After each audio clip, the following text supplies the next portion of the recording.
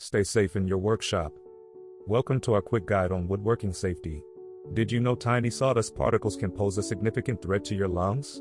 Always wear a high-quality dust mask or invest in a dust collection system to drastically reduce inhalation risks. Protect your health while pursuing your passion. Power tools are not just loud, they can damage your hearing permanently. Don't let the noise take its toll. Use noise-canceling headphones or earplugs every time you turn on your power tools. Preserve your hearing and still enjoy the chorus of creation in your workshop. Woodworking requires precision, but it can also strain your muscles. Avoid repetitive strain injuries by using ergonomic tools and taking regular breaks. Prioritize proper posture to maintain both your enjoyment and capability in crafting each piece splendidly. Keep safety at the forefront of your woodworking endeavors.